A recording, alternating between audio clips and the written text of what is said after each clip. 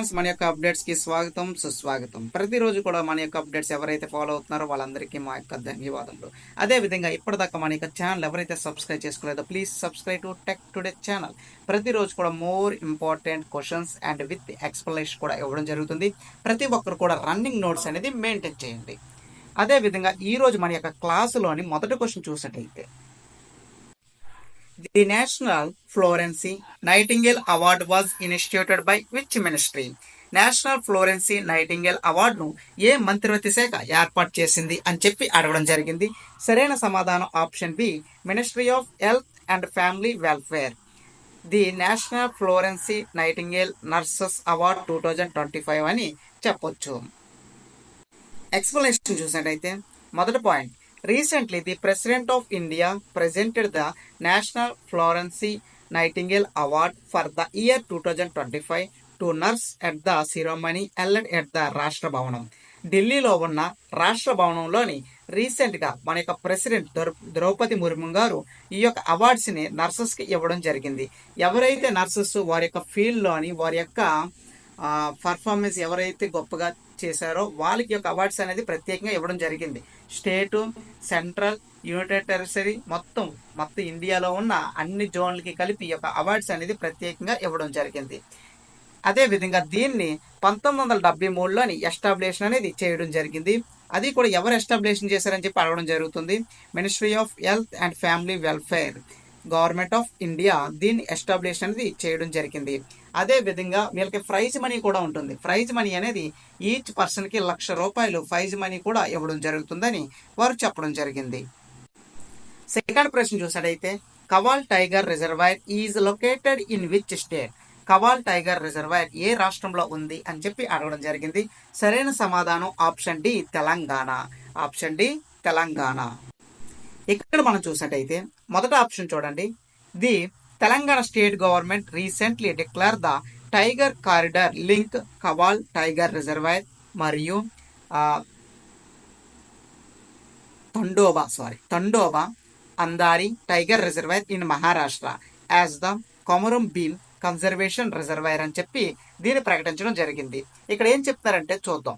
ఇక్కడ తెలంగాణలో ఉన్న కవాలి టైగర్ రిజర్వాయర్ మరియు Tadoba Andhari tiger reservoir in మహారాష్ట్రలో ఉన్న తండోబా అందారి టైగర్ రిజర్వాయర్ ఏదైతే ఉందో ఈ రెండాటిని కలుపుతూ టైగర్ కారిడార్ లైనింగ్ అనేది వేయడం జరిగింది. దీనికే మరో పేరు అని చూసినట్టయితే కొమరం భీమ్ కన్జర్వేషన్ రిజర్వాయర్ గా దీనికి నామకరణం అనేది తెలంగాణ గవర్నమెంట్ తీసుకురావడం జరిగింది.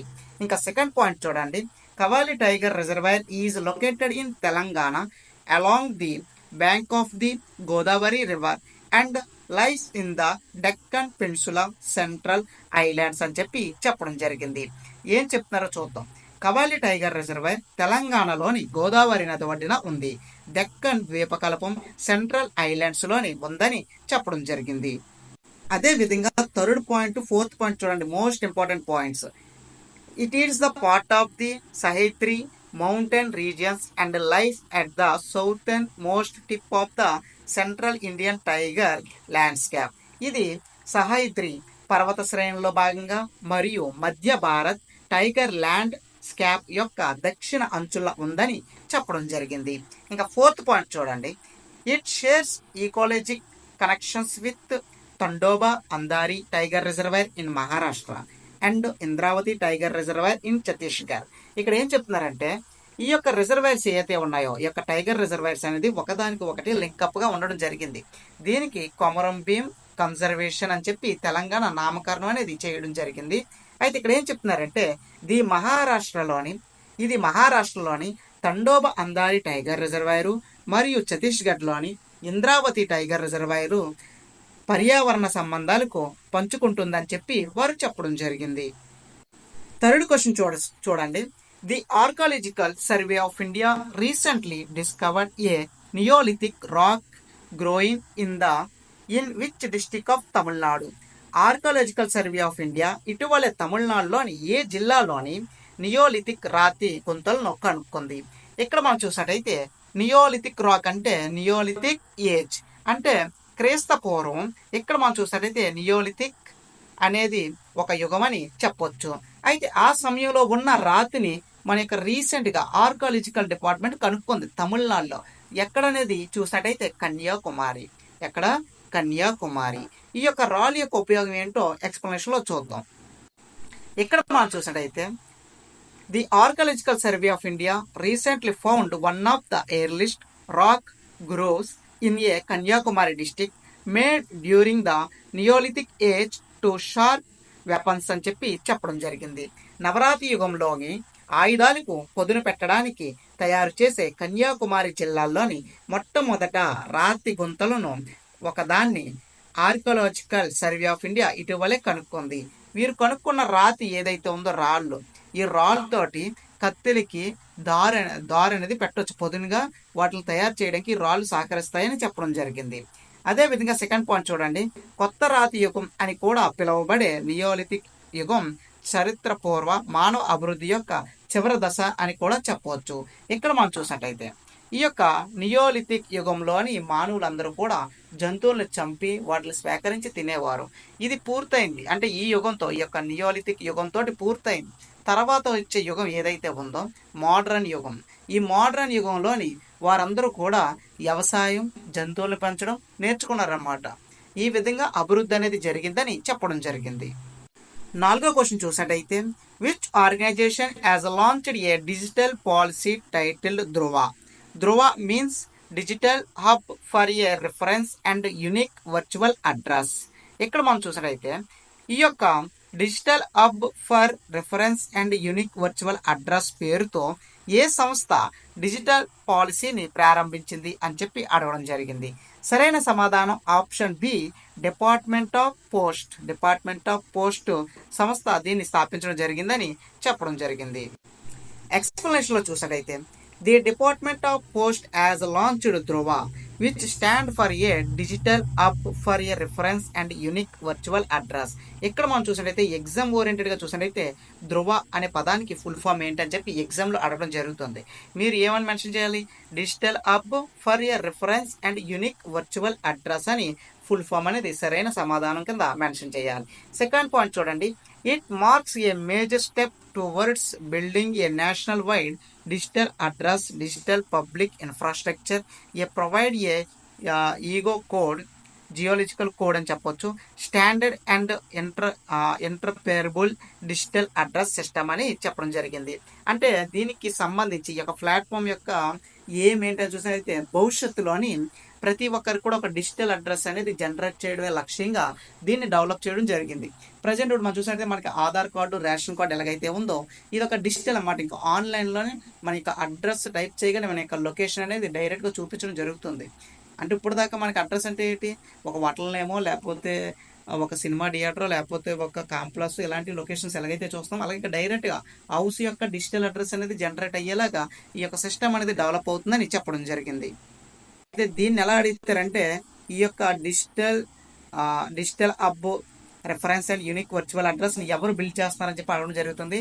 దానికి సంబంధించి పూర్తి స్థాయి బాధ్యత అనేది డిపార్ట్మెంట్ ఆఫ్ ది పోస్ట్ అనేవారు దీన్ని డెవలప్ చేయడం జరుగుతుంది.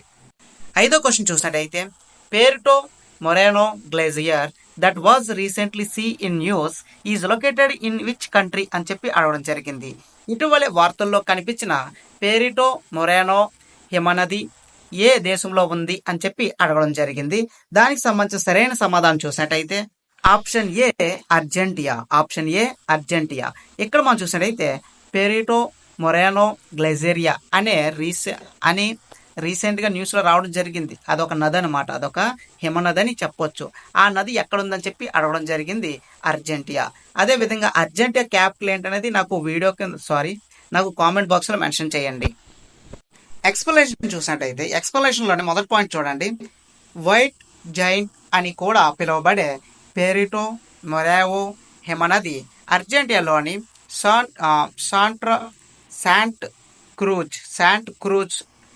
శాంట్ క్రూజ్ అనే ప్రాంతంలోని ఉంది. అది కూడా అర్జెంటియాలోని శాంట్ క్రూజ్లోని ఉండడం జరిగింది. అయితే ఈ యొక్క హిమనది ఏదైతే ఉందో దీనికి మరో పేరు ఏంటి? White giant. సెకండ్ పాయింట్ చూడండి. సెకండ్ పాయింట్ చాలా ఇంపార్టెంట్ పాయింట్.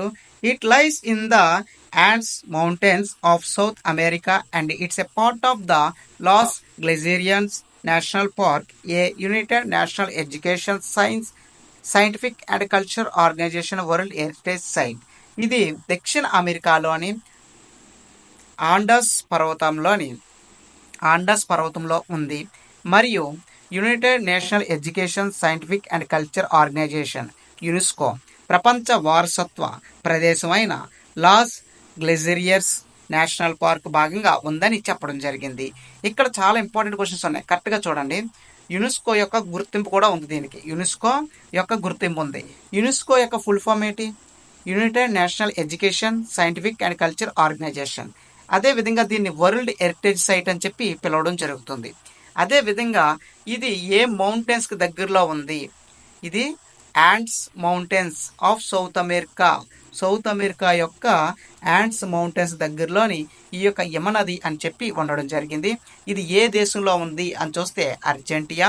అదేవిధంగా దీనికి మరో పేరు చూసినట్లయితే వైట్ జైంట్ అని చెప్పి మరో పేరు అనేది ఉండడం జరిగింది.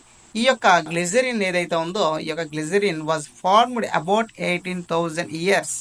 ఈ యొక్క మంచు అంటే వాటర్ తోటి ఒక మంచు కూరిపోయి సుమారుగా 18,000 సంవత్సరాల క్రితం ఇది ఏర్పడిందని వారు చెప్పడం జరిగింది.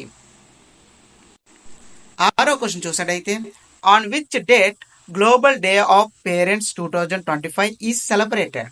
గ్లోబల్ డే ఆఫ్ పేరెంట్స్ 2025 ఏ తేదీన జరుపుకుంటారు? సరైన సమాధానం ఆప్షన్ ఏ 1 జూన్. ప్రతి ఏడాది కూడా 1 జూన్న global day of parents celebrations అనేవి జరుపుకుంటారు. ఎక్స్ప్లెనేషన్ చూసినట్టయితే, every year on June 1 the world observe global day of parents, a United National designed day that honour the invaluable role of parents in a shaping society. ఇక్కడ వీళ్ళు ఏం చెప్తున్నారంటే, సమాజంలోని సమాజాలను రూపొందించడంలోని తల్లిదండ్రులు అమూల్యమైన పాత్రను గౌరవించే ఐక్యరాజ్యసమితి నిర్దేశించిన రోజైన గ్లోబల్ డే ఆఫ్ పేరెంట్స్ను ప్రతి సంవత్సరం కూడా జూన్ 1న ప్రపంచంలో జరుపుకోవడం జరుగుతుందని చెప్పడం జరిగింది. వారు ఏం చెప్తున్నారంటే, తల్లిదండ్రుల వల్ల ఈ యొక్క సమాజం అనేది ఏర్పడింది, వారి వల్ల ఈ యొక్క సమాజం అనేది చాలా గొప్పగా మారిందని ఐక్యరాజ్య సమితి చెప్పుతుంది. దాన్ని వారి యొక్క గుర్తుగా ప్రతి ఏటా కూడా జూన్ 1న ప్రపంచంలోని ఈ యొక్క పేరెంట్స్ డేని జరుపుకోవడం జరుగుతుందని వారు చెప్పడం జరిగింది. తర్వాత సెకండ్ పాయింట్ చూడండి, ఇంట్రడ్యూస్ ఇన్ 2012. దీన్ని 2012లోని ఈ యొక్క పేరెంట్స్ డేని ప్రమోషన్ చేయడం జరిగింది, మొదటగా ఏర్పాటు చేయడం జరిగిందని వారు చెప్పడం జరిగింది. 7th క్వశ్చన్ చూసినట్టయితే, on which date world milk day 2025 is celebrated? 2025 ప్రపంచ పాల దినోత్సవం ఏ తేదీన జరుపుకుంటారు? సరైన సమాధానం ఆప్షన్ ఏ 1 జూన్. ప్రతి ఏటా కూడా 1 జూన్న ప్రపంచ పాల దినోత్సవం అనేది జరుపుకుంటారు. ఎక్స్ప్లెనేషన్ చూసినట్టయితే, world milk day is celebrated every year on 1 June across the world. ప్రపంచవ్యాప్తంగా ప్రతి ఏడాది కూడా జూన్ 1న మిల్క్ డేని జరుపుకుంటారు, పాల దినోత్సవాన్ని జరుపుకుంటారు. సెకండ్ పాయింట్ చూడండి, this day is to honour the contribution of dairy farmers and professionally of this industry. పాడి రైతులు మరియు ఈ పరిశ్రమ యొక్క నిపుణులు సహకారాన్ని గౌరవించడానికి ఈ రోజున ఈ యొక్క పాల దినోత్సవాన్ని జరుపుకుంటామని చెప్పడం జరిగింది. దిస్ ఇయర్ థీమ్ అని చూసినట్టయితే, let's celebrated the power of dairy. Let's celebrated the power of the dairy అనేది ఈ ఏడాది థీమ్ కింద ప్రకటించారు. 8వ క్వశ్చన్ చూసినట్టయితే, which state celebrated its a statehood on 2 June? June 2న ఏ రాష్ట్రం ఆవిర్భావ వేడుకలు జరుగునుంది అని చెప్పి అడగడం జరిగింది. ఇక్కడ మనం చూసినట్టయితే, ప్రతి ఏడాది కూడా జూన్ 2న ఒక స్టేటు వారి యొక్క రాష్ట్రం ఏర్పడిన సంతోషంతో సెలబ్రేషన్ అనేది చేసుకుంటున్నారు. అయితే అది ఏ రాష్ట్రం? సరైన సమాధానం option B Telangana. Telangana 2014 June 2న తెలంగాణ రాష్ట్రం అనేది ఏర్పడడం జరిగింది. ఆంధ్రప్రదేశ్ నుంచి సెపరేట్ అయ్యి నవ్యాంధ్ర ఒకటి, తెలంగాణ ఒకటి సెపరేట్ అవ్వడం జరిగాయి. ఇక్కడ ఎక్స్ప్లెనేషన్ చూసేటైతే, తెలంగాణ ఆవిర్భావ దినోత్సవాన్ని ప్రతి ఏటా జూన్ 2న జరుపుకుంటారు. ఈ ఏడాది రాష్ట్రానికి 11 ఏళ్లు నిండాయని చెప్పడం జరిగింది. ఈ యొక్క స్టేట్ ఏర్పడి సుమారుగా 11 సంవత్సరాలు కంప్లీట్ అయ్యిందని చెప్పొచ్చు. అదేవిధంగా స్టేట్కి సంబంధించి క్యాపిటల్ హైదరాబాద్, తెలంగాణ యొక్క క్యాపిటల్ హైదరాబాదు. ప్రస్తుత సీఎం రేవంత్ రెడ్డి. 9వ క్వశ్చన్ చూసినట్టయితే Monika Kezia Sembiring belong to which country who has won the title of miss world 2025 talent. ఇక్కడ మనం చూసినట్టయితే మిస్ వరల్డ్ 2025 టాలెంట్ కిరీటాన్ని గెలుచుకున్న మౌనికా కెజియా సెబరింగ్ ఏ దేశానికి చెందింది అని చెప్పి అడగడం జరిగింది. సరైన సమాధానం ఆప్షన్ సి ఇండోనేషియా. ఇండోనేషియానికి చెందిన మౌనికా కెజియా అనే మహిళ ఈ ఏడాది మిస్ వరల్డ్ అవార్డును పొందారు. ఇక్కడ మనం చూసినట్టయితే సెకండ్ పాయింట్లో ఏం చెప్తున్నారు చూడండి. మిస్ కెమెరాన్ ఇస్సెస్ princess won second place with her heartfelt gospel song Goodness of God. Her voice touched many hearts అని చెప్పి చెప్పడం జరిగింది. ఇక్కడ మనం చూసినట్టయితే మిస్ కెమెరాస్ ఇస్ ప్రిన్సెస్ తమ హృదయపూర్వక సుహార్త పాట దేవుణ్ణి మంచితనంతో 2వ స్థానాన్ని గెలుచుకుంది. ఆమె గొంతు ఎంతో మంది హృదయాలను తాకిందని చెప్పడం జరిగింది. ఇక్కడ మనం చూడొచ్చు ఈ యొక్క మిస్ వరల్డ్ ఫైనల్స్లోని మొదటి స్థానంలోని మౌనికా కెజియా ఉండడం జరిగింది. ఇంకా సెకండ్ ప్లేస్లోని మిస్ కెమెరాన్, థర్డ్ ప్లేస్లోని ఇసాన్ ప్రిన్సెస్, వీళ్ళ ముగ్గురు కూడా ఈ యొక్క స్థానాలు గెలుచుకున్నారు. అయితే ఈ యొక్క ఈవెంట్లోని వాళ్ళు పాడిన సాంగ్ ఏంటని చెప్పి క్వశ్చన్ అడగడం జరుగుతుంది. ఆ యొక్క సాంగ్ చూసినట్టయితే గుడ్నెస్ ఆఫ్ గాడ్ అనే సాంగ్ని వాళ్ళు పాడడం జరిగింది. ప్రత్యేకంగా దీని గురించి క్వశ్చన్ కూడా వచ్చే అవకాశం ఉంది. ప్రతి ఒక్కరు కూడా మోస్ట్ ఇంపార్టెంట్ కింద మెన్షన్ చేసుకోండి. ఇక్కడ 10వ క్వశ్చన్ చూసినట్టయితే which country topped the medal tally of 26th Asian athletic championship 2025. 2026 Asian athletics championship 2025లో పతాకాల పట్టికలో అగ్రస్థానంలో నిలిచిన దేశం ఏది అని చెప్పి అడగడం జరిగింది. సరైన సమాధానం ఆప్షన్ ఏ చైనా. చైనా మొదటి స్థానంలో ఉండడం జరిగింది. ఇక్కడ మనం చూసినట్టయితే చైనా దేశం చూసినట్టయితే మొత్తం 24 మెడల్లు సంపాదించుకుంది. అందులోని 8 గోల్డ్, 10 సిల్వరు, 6 బ్రాంజ్ రావడం జరిగింది. అదే విధంగా చూసినట్టయితే దీనికి సంబంధించిన ఇంకా ఎక్స్ప్లెనేషన్ ఉంది చూడండి. గుల్వీరాల్ సింగ్ 2 బంగారు పథకాలు సాధించి పథకాల పట్టికలో చైనా తర్వాత 2వ స్థానంలో నిలిచిందని చెప్పొచ్చు. ఇక్కడ మనం చూద్దాం ఏమని చెప్పారు చూద్దాం క్లియర్గా. గల్వర్ Singh బ్యాంగ్డ్ 2 gold medal to help India finish second behind the China in the medal tally. ఇక్కడ మెడల్ టాలీలో చూసుకున్నట్లయితే గోల్డ్ మెడల్లోని భారత్ అనేది సెకండ్ ప్లేస్లో ఉండడం జరిగింది చైనా తర్వాత. అయితే ఈ గోల్డ్ మెడల్ సంపాదించుకుంది ఎవరని క్వశ్చన్ అడుగుతారు. గల్వర్ సింగ్ అనే వ్యక్తి ఈ యొక్క గోల్డ్ మెడల్ అనేది సాధించడం జరిగింది ఇండియా తరపు నుండి. ఇక్కడ మనం సెకండ్ పాయింట్ చూడండి. 26వ ఎడిషన్ అని చెప్పొచ్చు. ఇది 26వ ఈవెంట్ అని చెప్పొచ్చు. Asian athletic championship was held in Gumi, South Korea from 27 to 31st May 2025. ఈ యొక్క 26వ ఏషియన్ అథ్లెటిక్ ఛాంపియన్స్ ఎక్కడ జరిగాయి అని చెప్పి అడుగుతారు. దానికి సంబంధించి సరైన సమాధానం గుమిలో. ఎక్కడ గుమి సౌత్ కొరియాలోని గుమిలోని ఈ యొక్క ఈవెంట్స్ అనేవి జరిగాయి. 27 నుంచి 31 మే మంత్లో దీనికి సంబంధించిన ఈవెంట్స్ అనేవి జరిగాయి అని చెప్పడం జరిగింది. ఏషియన్ అథ్లెటిక్స్ అనేది ఏషియన్లోని స్పోర్ట్స్ గవర్నింగ్ బాడీ మరియు ప్రపంచ స్పోర్ట్స్ గవర్నింగ్ బాడీ అయిన వరల్డ్ అథ్లెటిక్స్ అనుబంధంగా ఉంటుందని చెప్పడం జరిగింది. ఇక్కడ థర్డ్ పాయింట్లో క్లియర్గా చూడండి. Asian athletics is the sports governing body in ఏషియాలోని అదేవిధంగా is the affiliated with world athletics the world sports governing body అని కూడా చెప్తారు. ఇంకా ఫోర్త్ పాయింట్ చూడండి. దీన్ని 1973లోని ఏర్పాటు చేశారు. ఈ యొక్క అథ్లెటిక్ అసోసియేషన్ అనేది 1973లోని ఏర్పాటు చేశారని చెప్పడం జరిగింది. అయితే ఇందులో మొత్తం 45 కంట్రీస్ ఉన్నాయి. దీనికి సంబంధించిన హెడ్ క్వార్టర్స్ చూసినట్టయితే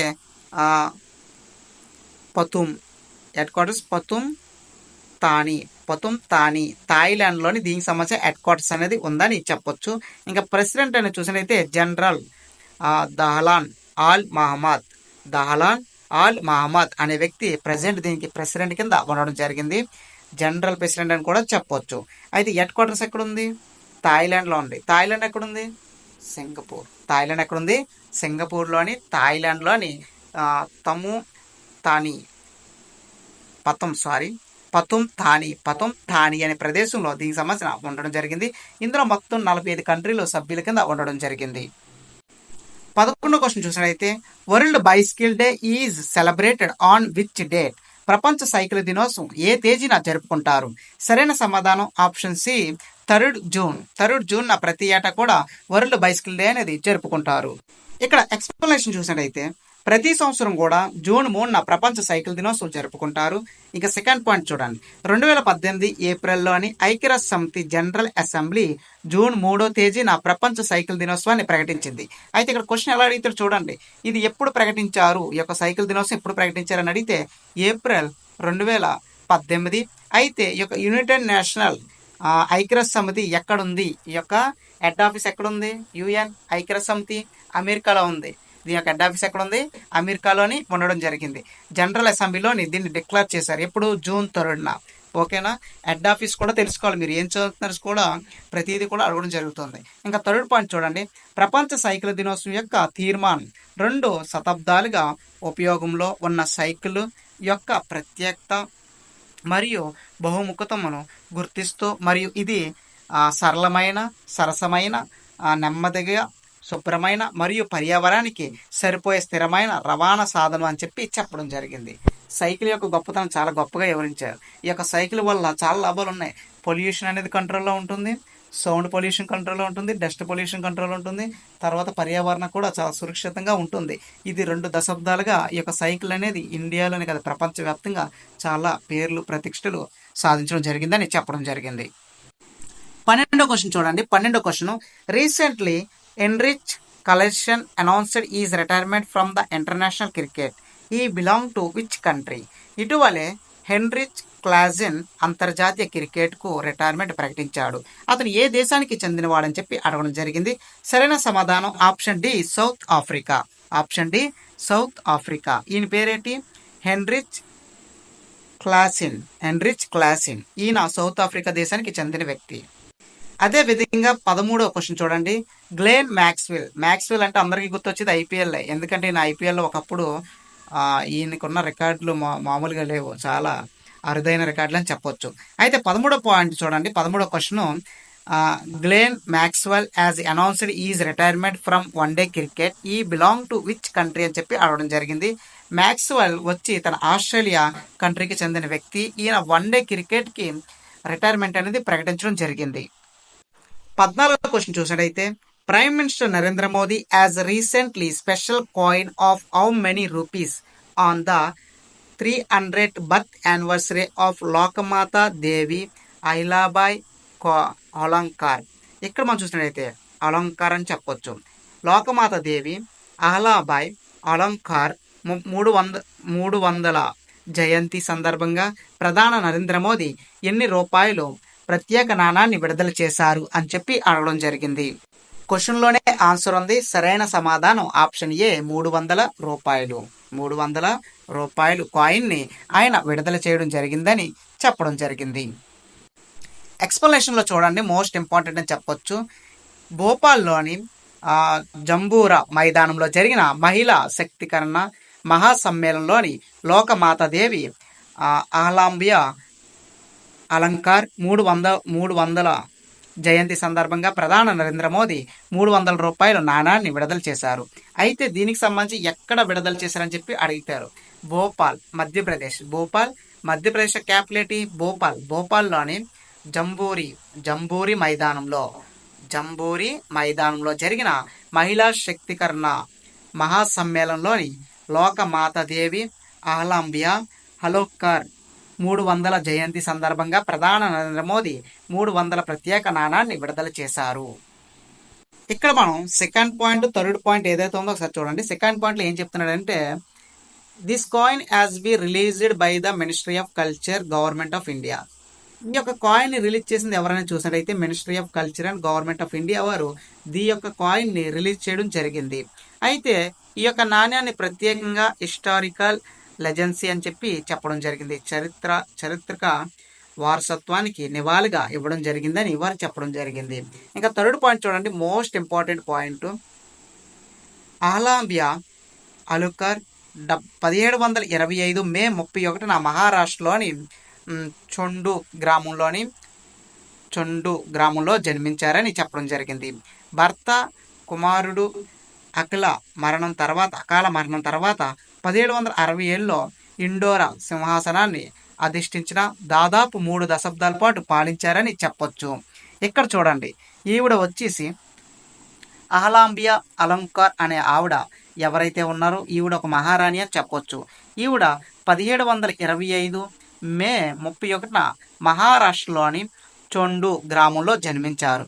భర్త కుమారుడు అకాల మరణం తర్వాత 1767లోని ఇండోరా సింహాసనాన్ని అధిష్ఠించి దాదాపు 3 దశాబ్దాల పాటు పాలించారు. 3 దశాబ్దాల పాటు అంటే 30 సంవత్సరాల పాటు ఆవిడ రాజ్యపాలన అనేది చేయడం జరిగింది.